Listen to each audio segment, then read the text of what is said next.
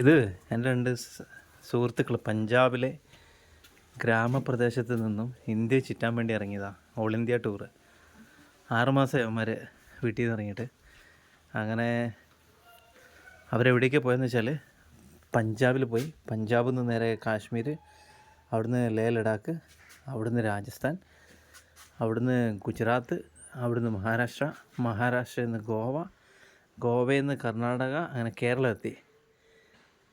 ഇനിയിപ്പോൾ ഇവർ കുറച്ച് ദിവസത്തേക്ക് വണ്ടി ഇവിടെ എൻ്റെ വീട്ടിലിട്ടിട്ട് അവന്മാർ ഒരു 6 മാസമല്ല ഇറങ്ങിയിട്ട് വീട്ടിൽ പോയിട്ട് കുറച്ച് ദിവസം കഴിയുമ്പോൾ വരും. ഇവിടെ നിന്ന് ഇനി കന്യാകുമാരി പോകും.